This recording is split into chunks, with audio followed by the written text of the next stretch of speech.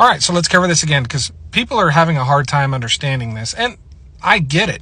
You know, for decades in this country, we had more than ample refining capacity. And our capacity to refine was pretty consistent. And what that meant was you could pretty much predict the price of a gallon of gas based on the price of a barrel of oil. Well, the gasoline supply demand dynamic is different than the oil supply and demand dynamic, and those things don't line up anymore like they used to. We used to always know that if oil was this much, then gas was going to be about this much. Well, that's changed because the supply and demand dynamic is different and our capacity to refine is different. So this person says when oil went from 120 to 80, I must have missed when gas went down by a third. And that's because the price you saw for gasoline on that sign on that gas station when you drove by it for years will no longer say the same thing it used to say when oil was a specific price. And that is because we lost 1 million barrels a day of refining capacity during COVID.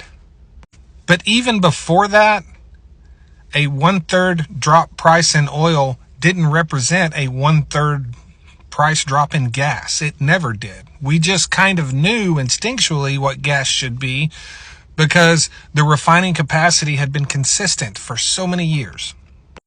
Now, just to clarify, gas prices did drop by more than a third this year, but oil had dropped by nearly half when gas prices had dropped by a little more than a third. Now, once again, there's not some guy or some group of guys sitting around a desk in a room deciding what gas prices are all across the country. That's not how it works. Gasoline is bought and sold on an open market just like oil is.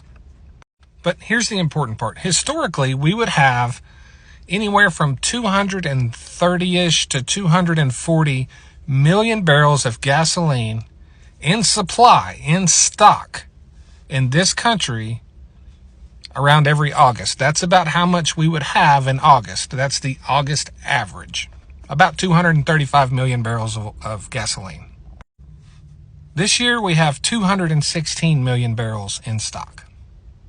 That is over 500 million gallons of gas less than we typically have for this time of year when demand is high. I made a video back in January telling you what gas prices were going to do this August. Because back in January, we had 230 million barrels of gasoline in stock. That number in January should have been over 250 million barrels. You see, throughout the year, we build up inventory during when seasonal demand is lower. That's when our inventories rise. And you can tell when inventories should be the highest. You can tell what that's going to mean for gas prices looking out 6, 7, 8 months. And we were over 20 million barrels below average in January. And I made a video back in January telling you gas prices, you know, they were falling, but they're going to go up this summer. I don't know how many times I said this on this app. So until we get either our refining capacity back or our demand drops to either more fuel efficient cars or EVs or more public transportation or whatever it would take to lower demand, this is the new normal for gas prices in the United States. If this demand stays like it is and this supply stays like it is, that's the new normal. And the fact that we have record oil production this year isn't going to have that much of an impact because we can only refine so much of it. We could increase oil production tomorrow by another 1 million barrels a day. It really wouldn't drastically impact gas prices.